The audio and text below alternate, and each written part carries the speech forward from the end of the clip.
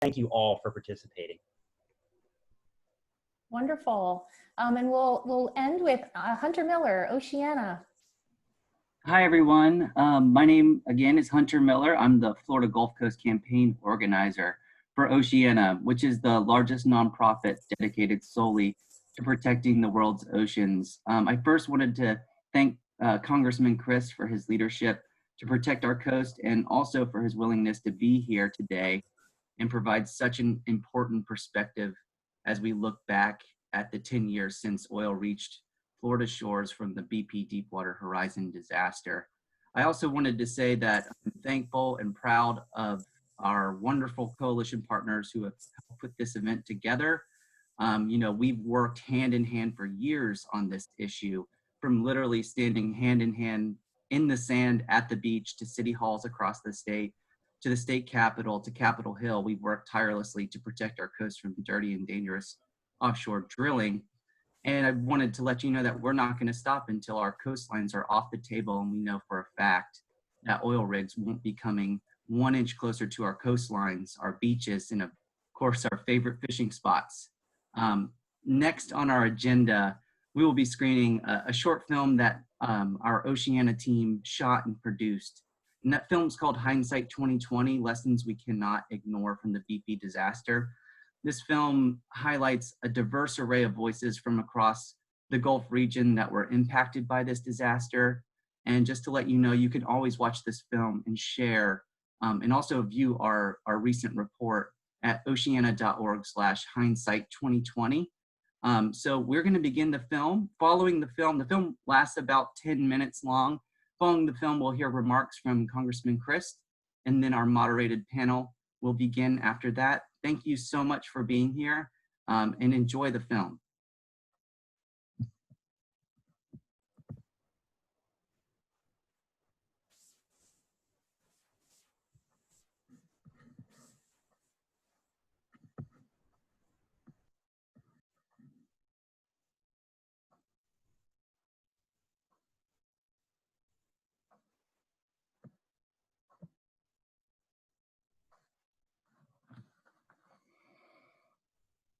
When I first seen it on television, I remember being sad and thinking, what's going to happen.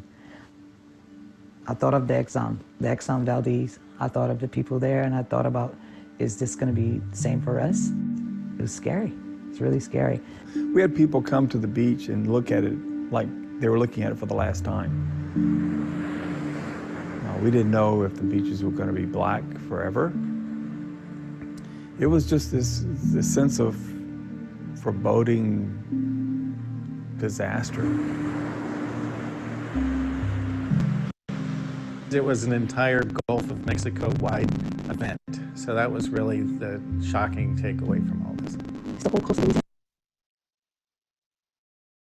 Louisiana. Not only Louisiana, this could affect Mississippi, Alabama, Florida. This is everyone's problem now. After it exploded, the oil started in Louisiana, and then next Mississippi, and then Alabama, and then we're the next one over in Florida, so I knew it was coming. So I got out here the next morning right after daybreak.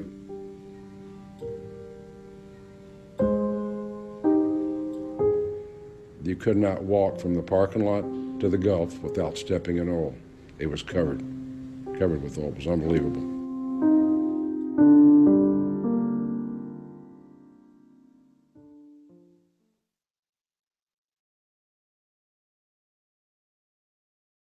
The BP oil spill was probably one of the single most horrific events of my career. If you're in the tourist industry, forget about your income that year. You're under, you're finished. It's the worst thing that can happen. This was ground zero, and this is where we have the most of our hotels. The phone stopped ringing. It was almost what I call a twilight zone moment, where everything went dark. Whether it's the commercial fishing community, whether it's the commercial real estate community, the hospitality industry, the restaurant industry, everybody realized they were suffering the same pain. We had about 250 people we had to lay off. And every one of them has a a child or a spouse or, other dependents. And it's heartbreaking to walk up to somebody and tell them, we just simply don't have the money to pay you. There's a ripple effect to this. The biggest driver of our economy is tourism. They had to lay off teachers as a result of us not creating the revenue that we need in order to pay the property tax. It was pretty economically devastating to an area that is largely dependent on tourism and the seafood industry. People didn't want to buy seafood because they presumed it was contaminated. Most of our coastal communities are fishermen's towns where they crab, do oysters, fish, and that's what they do for a living. For them not being able to go to work as a commercial fisherman, how are they going to eat? How are they going to pay their bills?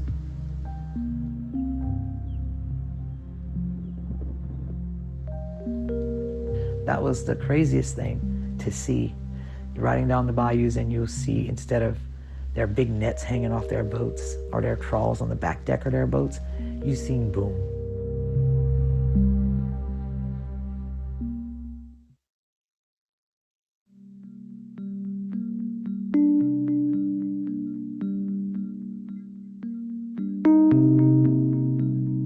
The thing about the oil spill that made it unique was its size and its breadth. No matter how you slice it, the impact was still catastrophic for the Gulf as a whole. Once we saw the seafloor, it immediately occurred to us that this was a level of pollution that is not common in the deep sea, something unimaginable and horrible in a place where we normally see pristine environments. Animals that you normally find, like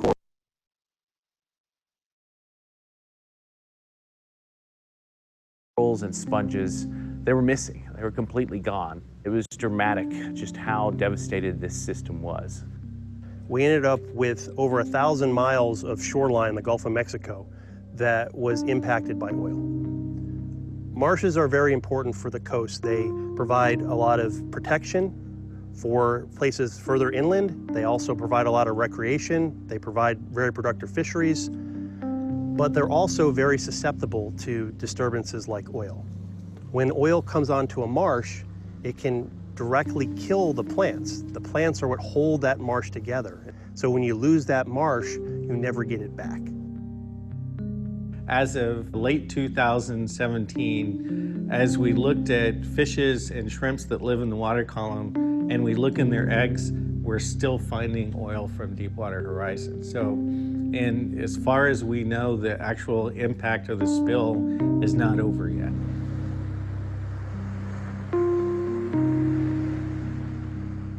I've done research in the Gulf of Mexico for 20 years, and I've seen before the spill and during the spill and after it. And the Gulf of Mexico is a treasure right in our backyard that's been devastated, and nobody knows about it because it's hidden by the waves.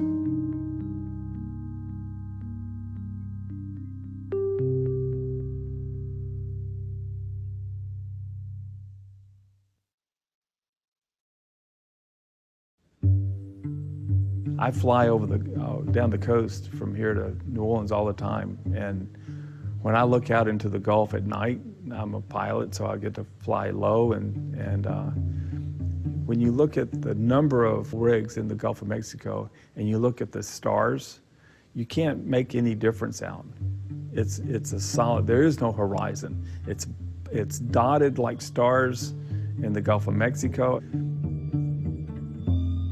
If you took all of the oil and gas pipeline in the Gulf of Mexico end to end, it would circle the equator. So there's an enormous amount of pipes being held together with bolts and whatnot, lots of valves. There's just all sorts of stuff down there, all of which is vulnerable and can break. We still have thousands of spills every year. The infrastructure is getting older, and we are having more and more problems with it. You can travel down any highway in Louisiana and you're gonna see a pipeline somewhere. Even in our bayou areas, you will see where the oil and gas is, they dug canals and they left them. And so that, I think, has caused a lot of our erosion problems. When the oil industry establishes itself, The production of oil is only a small part of the impact it has on the area. Transmission lines, hundreds of pipelines that run through our wetlands, hundreds of navigation canals that have been cut to get ships here. And if you want to take a snapshot of the future of what our beautiful, pristine white beaches are going to look like, it's not a pretty sight.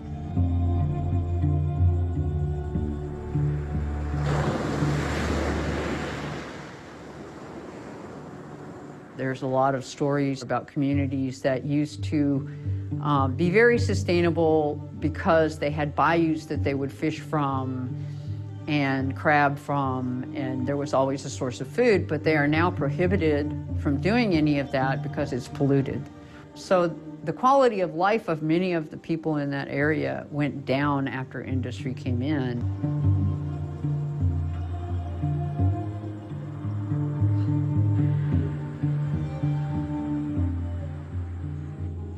They came in, they took what they wanted, they took the riches of the land, and they left. And we're stuck with whatever they didn't want.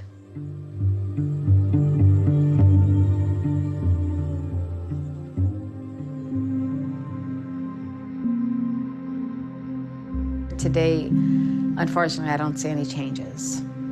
The same situation, the same circumstances that we were in 10 years ago could happen again today. If you look at what's happening now in the Gulf, they're going deeper, they're going riskier. The deeper you go drilling, the greater the odds of another accident. There are leases for oil drilling in excess of 3,000 meters. Deepwater Horizon was 1,600 meters.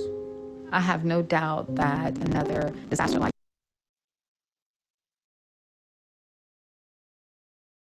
the Deepwater Horizon is going to happen again. It's going to be in my lifetime or my children's lifetime, but it's definitely going to happen again. And the sad part is I don't think we've had any lessons learned from the last time. Many of our group that worked on the oil spill believe it's only a matter of time until we have another. It's not really an if, it truly is a when.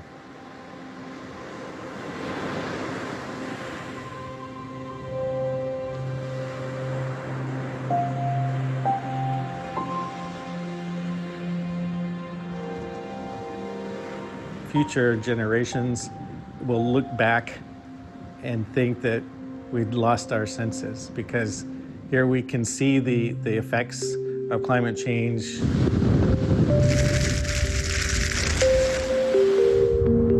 And yet we're expanding the thing that's the #1 cause of it. I think we have a lot to answer for the future if this is the path we choose to take as a nation.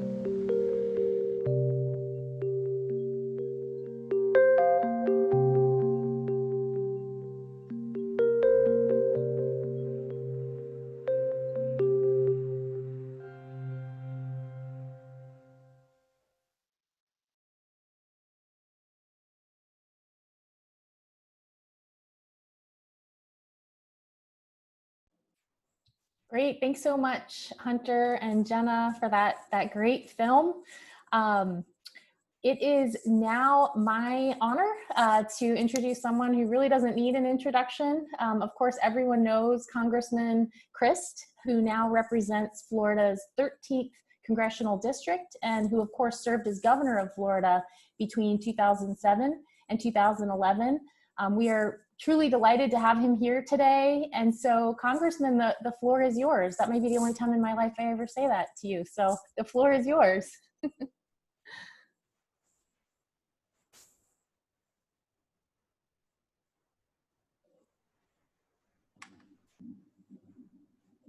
I think he was having some problems with the video and audio. If you want to give it a second. Yeah, no worries. Technology always gives us this false sense of everything is at our fingertips in every moment. And in reality, it is far from perfect. So we're all definitely learning that every day, every moment, while so many of us are at home working and changing our streams. So we had him for a second there. Okay.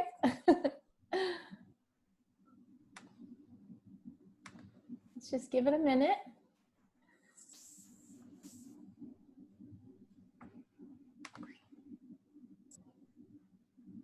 Can you hear me? Yes. You can. Good. Yes. Great. Wonderful. Okay. Welcome. Well, listen, thank you so much for having me. I'm honored to be with you this morning and really want to thank Environment Florida for hosting our meeting today, as well as our panel for sharing their stories and the science behind protecting our shores from offshore drilling. We remember when the Deepwater Horizon rig exploded off the coast of Louisiana in 2010. And I can tell you, as governor at the time, I witnessed firsthand the tar balls on our beaches, the marine life drowning in oil, and billions of dollars of economic damage inflicted on countless families and small businesses all over the state. As the largest offshore oil spill in American history, this truly should have been a wake-up call for everyone. Floridians said never again and voted nearly 70% in the last election to ban offshore drilling. But as we learned, drilling doesn't have to take place right off our shores to threaten our way of life. It's why we continue to fight to ban drilling and reinstate safety and inspection regulations the current administration has dismantled piece by piece. Last year, in fact, I worked with my colleagues in the House of Representatives to pass multiple bills that would block oil and gas drilling off the coast of Florida, including within the eastern Gulf of Mexico. I also worked on a bipartisan basis in the People's House to pass an amendment to reinstate and codify two critical offshore drilling safety regulations. One, the well control rule, and two, the production safety system rule that were put into place after the Deepwater Horizon disaster. Sadly, the reality is that the administration has chosen to ignore the mistakes of our past and instead reopened the door to self-regulation and less stringent standards. It's a step backwards we cannot afford to make. I think I speak for most Floridians everywhere when I say that our beaches, our communities, and our small businesses cannot suffer through another oil spill. Offshore drilling has no place on our beautiful coast. And I want to thank Environment Florida, the Florida Conservation Voters, Oceana, and Healthy Gulf for all that they've done to continue to do to protect our coast. And I'm proud to be an ally in this fight. And I want to thank all of you, and God bless you, and God bless our beautiful Florida. Thank you so much. Thank you, Congressman. We really appreciate your time today. And of course, we appreciate your advocacy on behalf of our Gulf. Thank you so much for kicking us off. It's my pleasure. Thank you. Have a great day. You too. Thanks. Great. I can't think of a better person to help launch our panel discussion here. So we're going to start our discussion first by, I'll take a few minutes to introduce our wonderful panelists. So first off, we have Dr. Ian MacDonald. Dr. MacDonald is a professor of biological oceanography at Florida State University, right around the corner from me. He is an internationally recognized authority on the biology and geology of marine oil seeps. He was a prominent voice for science during the Deepwater Horizon blowout and was one of the first to challenge the accuracy of official discharge rates in the early days of the emergency. Subsequently, he published scientific papers detailing the magnitude and distribution of surface oil and its impact on corals for the National Resource Damage Assessment Program. We also are delighted to have Dr. Calvin Avant, who is a pastor and founder of Unity in the Family Ministry. He is a certified state of Florida school teacher, certified aftercare specialist, certified parent instructor, licensed addiction counselor, and a state certified provider of prison ministry programs. Dr. Avant runs an environmental career training program that will soon add a solar job training course funded by damages from the 2010 BP disaster. We're also delighted to have Mr. Doug Izzo. Mr. Izzo is the Government Affairs Representative at the Tampa Bay Beaches Chamber of Commerce and a commissioner for the city of St. Pete Beach. Doug was integral in the founding of the Florida Gulf Coast Business Coalition, which is an alliance representing more than 6,000 Florida businesses dedicated to protecting Florida's Gulf Coast from offshore drilling. And finally, we have Mr. Jim Cox, who is a retired accountant and former restaurant CEO. He was a longtime Pensacola Beach resident who lived on the beach during the 2010 BP disaster. Jim now lives 1 mile inland from the beach in Gulf Breeze, Florida. So I'd love to start off with a question for you, Mr. Cox, because you were there on Pensacola Beach when oil and black tar first washed ashore in Florida. Could you describe that experience 10 years ago and talk about how it compared to other catastrophic Gulf events that you've witnessed? Yes, my wife Lyle and I moved to Florida in 2001. So we had lived through a couple of Gulf disasters, hurricanes Ivan and Dennis, and that's probably the most typical disaster that hits the Florida coasts. I'd like to contrast that with the BP oil spill. For instance, let's look at when you know it's coming. It's the threat's been identified and it's on its way. In a hurricane, you've got maybe 5 days to prepare, okay? But there's a lot of positive things you can do during that 5-day period. You're busy, you know, you're bringing in the outdoor furniture to save that. You're boarding up the house. You're stocking up on supplies, getting gas for your generator. If you're in the low-land area, you're getting ready to evacuate, okay? So you're busy, and there's positive things you can do to prepare for that. Compare that to the oil spill. From the time the threat was identified to the time it hit our beaches, it was 2 months. And for 2 months, every night on the news, they talk about the oil spill. They show the map of where it is in the Gulf. They show pictures of the fishes, the birds, the turtles, everybody slime covered, okay? And there was nothing you could do about it. No way to prepare for it. The angst, the dread that built up inside of me, I can only compare to the COVID-19 event we're going through now. Then when it actually hits, the hurricane, it's over in a matter of hours. The actual event is over in a matter of hours. And you can assess damage and you know, get ready to rebuild. BP oil spill took 2 months to get here, and oil came ashore for 3 months. It wasn't 3 hours, it was 3 months. I remember in June of 2010, that was the 1 week in June. Every year, my niece Maria came down from the Chicago area with her husband and her 2 young teenage girls. And that was my favorite week of the year, to have them with us. And they arrived one evening, we had a nice dinner at home, and everybody's in super good mood. Next morning, I remember loading up the car with beach chairs and umbrellas and coolers and everything else, and we headed down to the beach. And we walked across the dune line, and there it was. Black covered beach sand everywhere.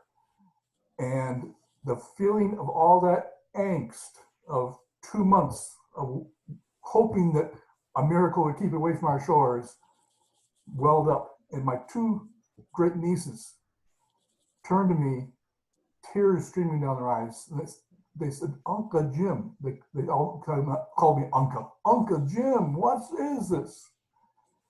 And I cried. I hadn't cried physically in years, but I cried. I just, all that angst inside of me just finally poured out, okay?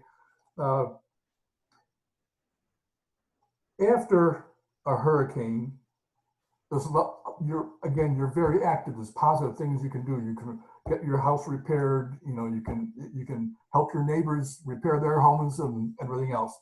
Oil spill, like I said, for 3 months, oil kept coming ashore. We couldn't go to the beach. All these folks, these good folks in hazmat suits are out there trying to clean up for us. And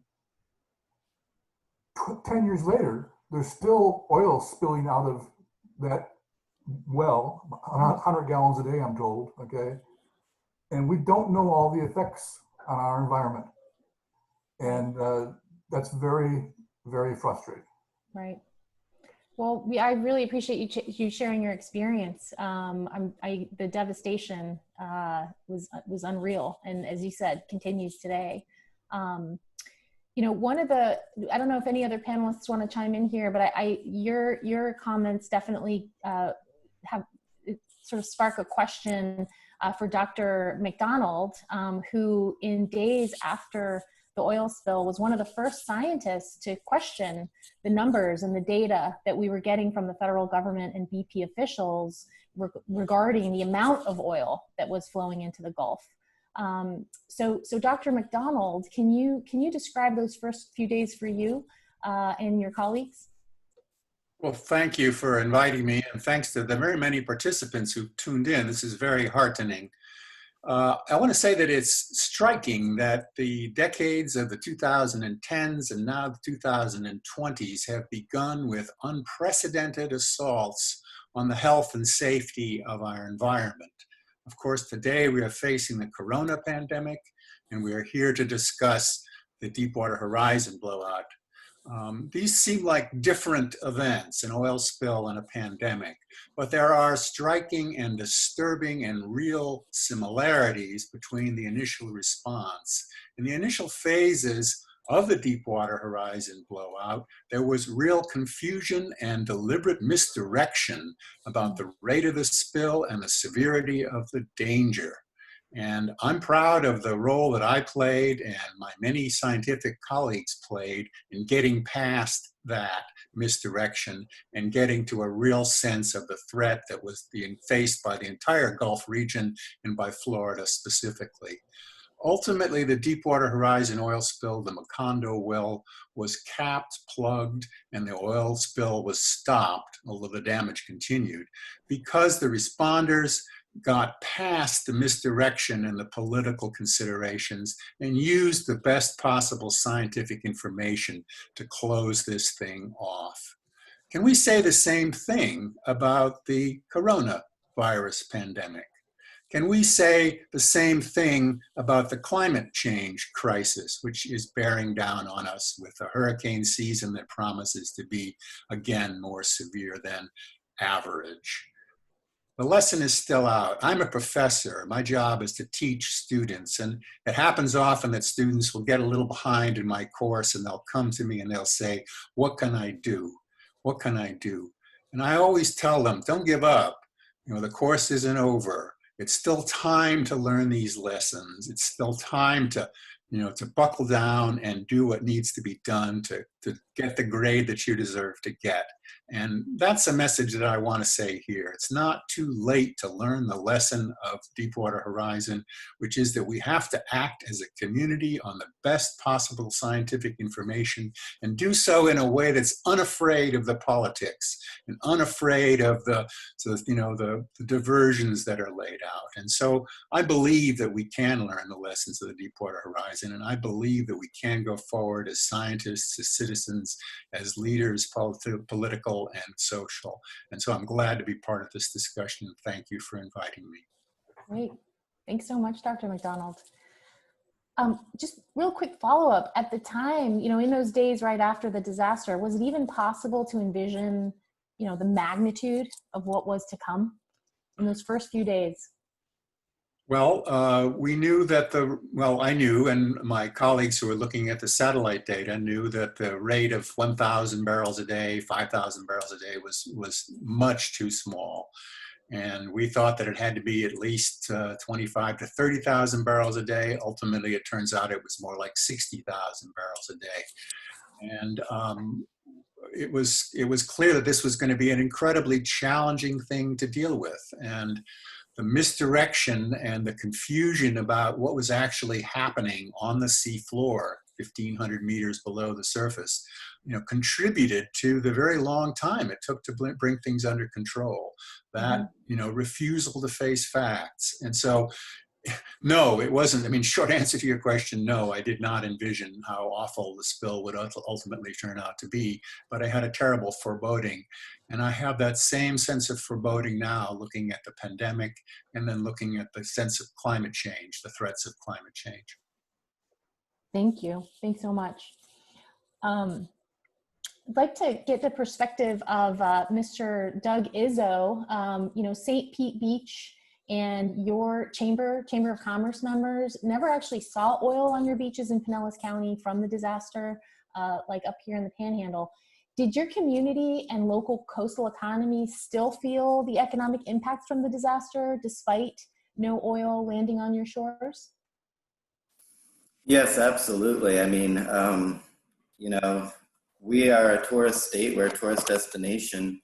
And when you have a disaster like that, that's just so big and in the press everywhere, people see it.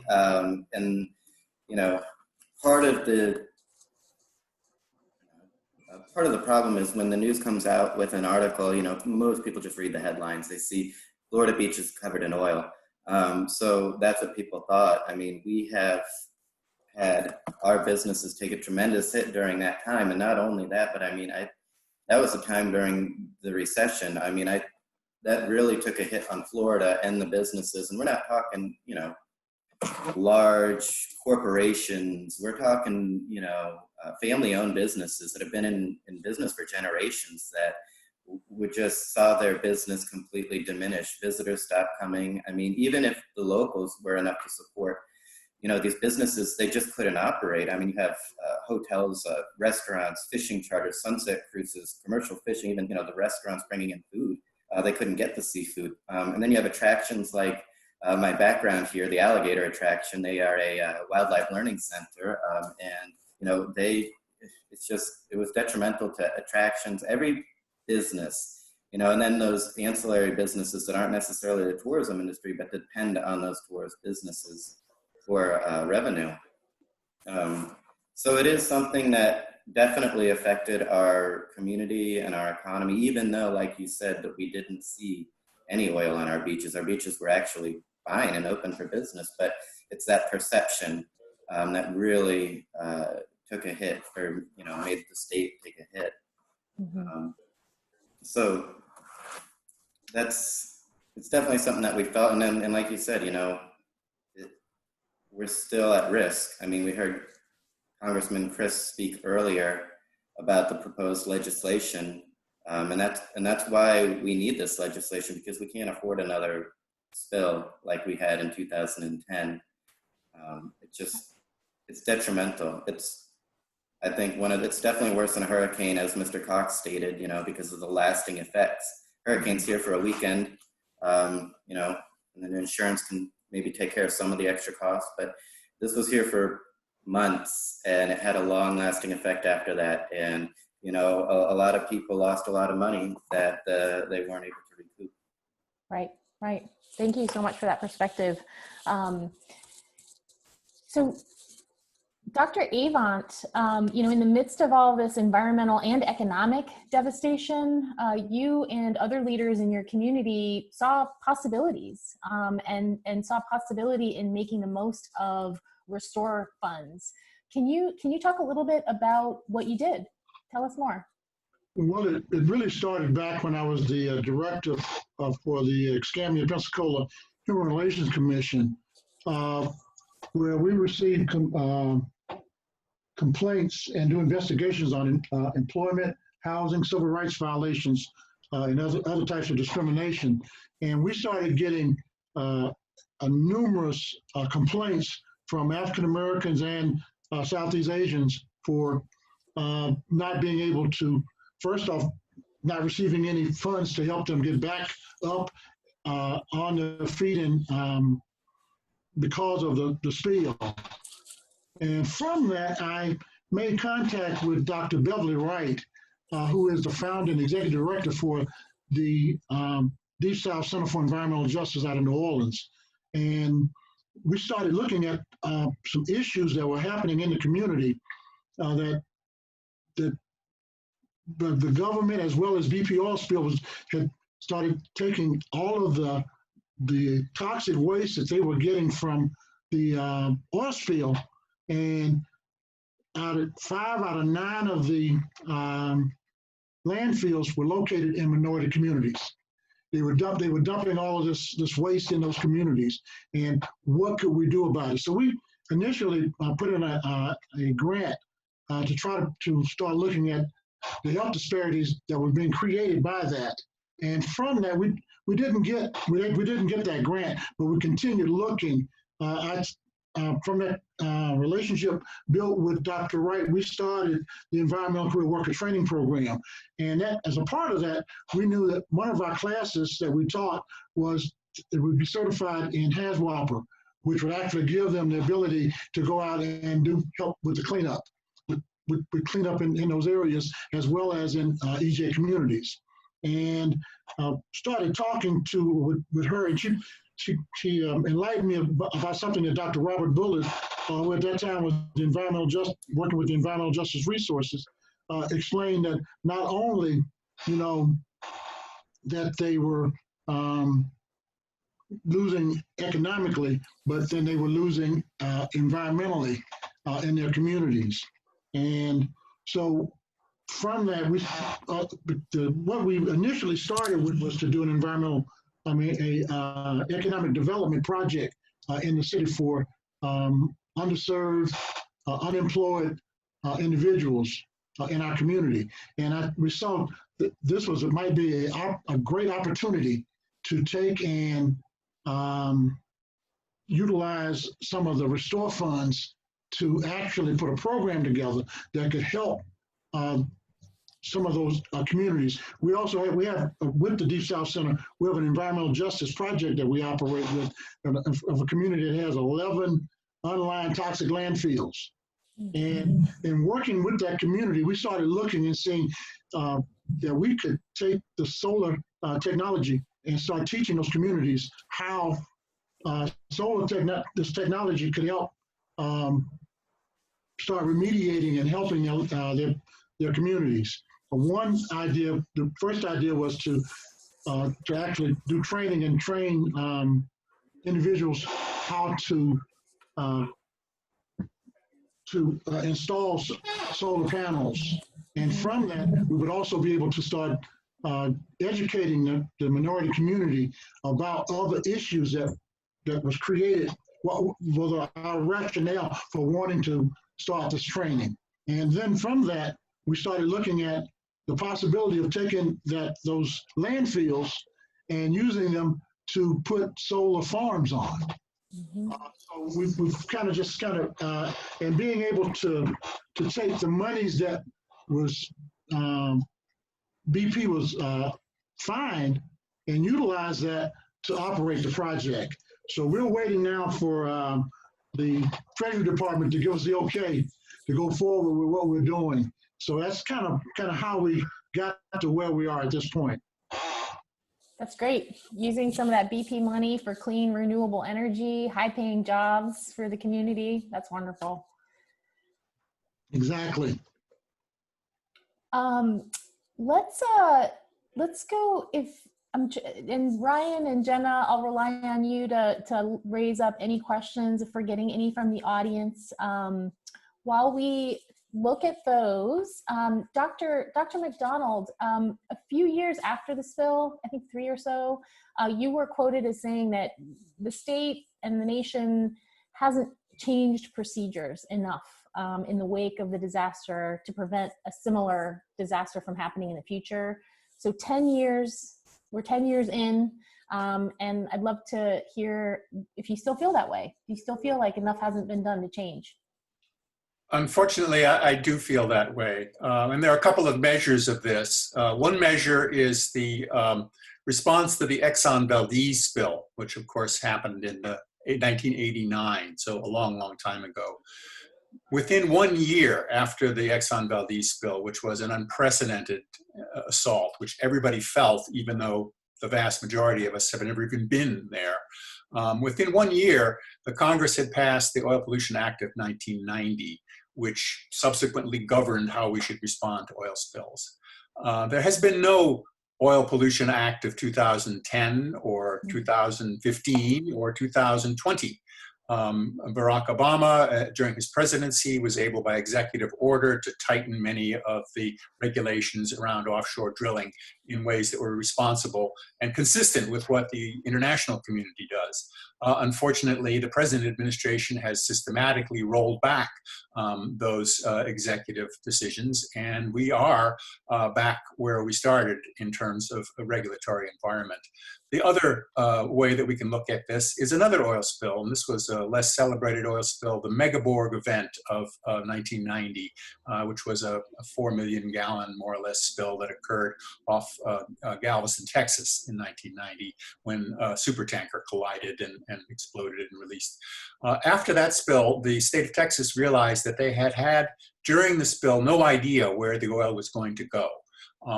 The models sort of predicted where it would go, but the oil actually ended up going in the opposite direction. So resources were not directed appropriately. Immediately after, in the years after, the Texas state government implemented the Texas Automated Buoy System. And they set up a set of oceanographic buoys offshore that monitor real-time wind and current and wave and other environmental factors that allow responders to not just predict where oil would go, but to understand hurricanes, storms, boating accidents, etc. We have nothing like that 10 years after along the coast of Florida, despite everyone lining up and saying what a precious environmental resource we have and how vital it is and essential to our well-being. We are essentially closing our eyes during a period when the climate change is with whether it's harmful algal blooms or storms or severe rain events, is creating conditions that come from the ocean, directly impact human safety, well-being, and economic prosperity. And we've closed our eyes to those threats. And I think that is a very serious and disturbing lack on our part. Mm-hmm. Absolutely. We have, on the subject of impacts from oil, there are a couple questions asking about, from the participants here, you know, detergents were used to disperse oil during the disaster. What effect did those detergents have on the environment, the natural environment? What have we learned from that response that might inform us today? So, Dr. MacDonald, although anyone on the who would like to comment on that? I can comment on the panel on that, although I think it would be welcome to hear from people who were involved in the coastal response. Mm-hmm. Scientifically, we looked at satellite data, very, very detailed satellite data during the Deepwater Horizon. Every satellite in orbit was pointed at the Gulf of Mexico for a time, unprecedented level of data collection.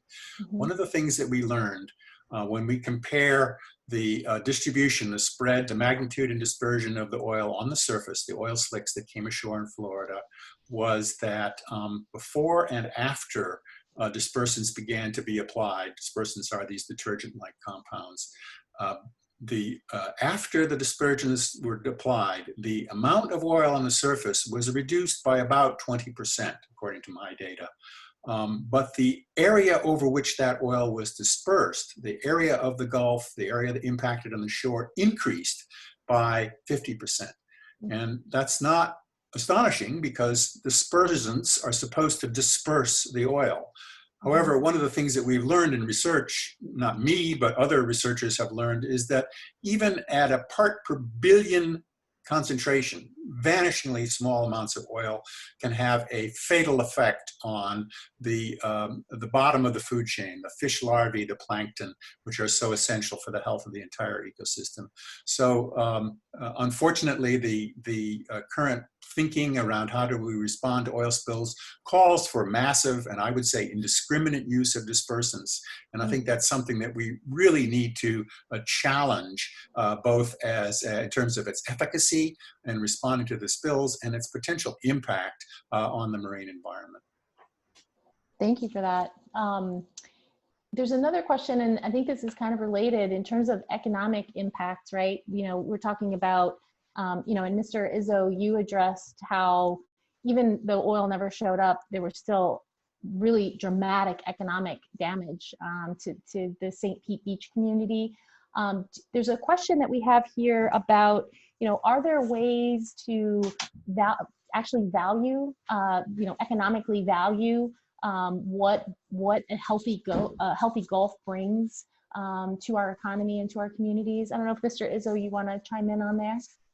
Yeah, that's a great question. I know locally here in Tampa Bay, there was actually a study done a few years ago. Tampa Bay has been the cleanest it has been in 50 years. And it has a direct relation to our local economy here. The cleaner the bay, the cleaner the economy. I mean, like I mentioned earlier, we're a tourist destination. And people come here to see everything that we have, including clean waters and all the wildlife that goes along with that. I mean, you want to go someplace that had dirty water or clean water? It's pretty simple to make that decision. Mm-hmm. Absolutely. Dr. Avant, with the solar job training program that you talked about, bringing jobs to the community that are clean, renewable energy based, and that will hopefully in the future eliminate the need for dangerous offshore drilling. What comments do you have to offer on this economic impact thread that we're chatting about here? Well, we know our training program will offer some jobs that are that will help people in our community be able to survive and do well. That's one of the reasons when we decided on doing solar training. Those were jobs with livable wages. Mm-hmm. And it would be able to give individuals in our community a career path that could cause them to be able to take care of their families and live. I've often said that giving an individual who might have had a sordid past or had problems in their lives a way to earn enough money to take care of their families, a lot of the things that they do would go away. Mm-hmm. in our community, and helping those individuals be able to get that, as well as when we were looking at doing the solar farms, it could actually create a way of earning money as well as saving money for the people in those communities, where they would be able to not have to pay as much on their utility bills, as well as starting to earn money from those solar farms that would be created in those areas. Great. Yeah, so real economic benefits, helping really bring benefits to people's lives through clean energy programs. That's great. We are just 2 minutes away from our scheduled end time, and I certainly don't want to cut off questions. We've got a lot of questions from the audience that I think we can probably follow up on afterwards with to make sure that we're covering those. I want to circle back to Mr. Cox. You described your experience on the front lines. You experienced the disaster firsthand. What do you think is the most important thing that Floridians and lawmakers can do to prevent a disaster like this from ever happening again? Well, as other speakers have said, it's not a matter of if another spill will happen, it's when. And we can't control the entire Gulf of Mexico, but we can keep the threat away from the shorelines of Florida. And I believe there's a current moratorium on drilling off the Florida coast that expires in about 2 years. And the House of Representatives has voted to make that permanent. And I think the Senate needs to do the same. So while Florida is not exempt from a spill somewhere else in the Gulf, let's keep the threat as far away from our shores as possible. Absolutely. Can I add something to that? Absolutely. So just discussing the legislation and how it passed the House and now we're working on the Senate. I mean, we as a chamber, as the Tampa Bay Beaches Chamber, work closely, actually partnered with Oceana to create the Gulf Coast Business Coalition. And what that is basically trying to take a different light on the situation. I mean, right now you have environmental organizations that nobody's surprised that they're against oil drilling. Obviously, they're an environmental organization. So what we tried to do is we tried to create an organization of businesses, people that, you know, are worried about the economy and business and revenue. And they all understand how important healthy waterways are to our economy, which includes not drilling oil. You know, because we've seen it before in 2010. So if you go to protectthegulfcoast.org and you're a business, you can sign up, you can add your name to the list. This just shows that it truly is a bipartisan initiative. I mean, there's no one I know in the state that, well, I shouldn't say no one. There's very few people in the state that want to drill oil. I mean, we all moved here because of the beaches or because of the environment. Whether you're inshore or not, it still affects you, and it affects you know, our quality of life. So I just wanted to add that, you know, because a lot of the times, you know, the legislators, when you talk to them, ours get it. You know, I don't know where you're located, but we just had Congressman Crist on the line. He gets it. You know, others get it, but maybe some legislators that are inland might not. And I just think if we spread the word and get it out, that's how we can help get that legislation passed. Absolutely. I think that's a great point. I think you're 100% right that Florida's entire congressional delegation, the House certainly, our congressmen and congresswomen have been opposed and are opposed to oil drilling off the coast of Florida. And I think, you know, Mr. Cox, Mr. Izzo, you're absolutely right. There is a change that could be happening. We have to work to permanently protect the Eastern Gulf. We know Floridians aren't going to stand for dirty oil rigs off our beaches. And I think Floridians expect all of our leaders, from President Trump to Senator Rubio, Senator Scott, to prevent dangerous oil drilling from coming even 1 inch closer to Florida's coasts, I should say. We have more than one.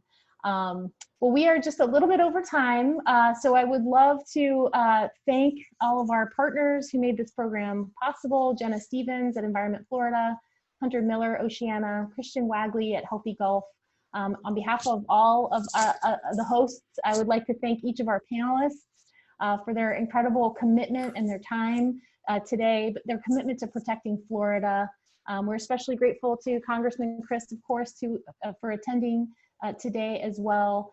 And for more information in the chat box in particular, we've got www.protectthegulfcoast.org is a great source that Erin Handy at Oceana is providing to everybody. Of course, you can go to any of our organization's web pages, social media, to get more information. And again, thank you. I could not thank you all enough for spending some time this morning on this incredibly important subject. Thank you so much. Thank you. Thank you.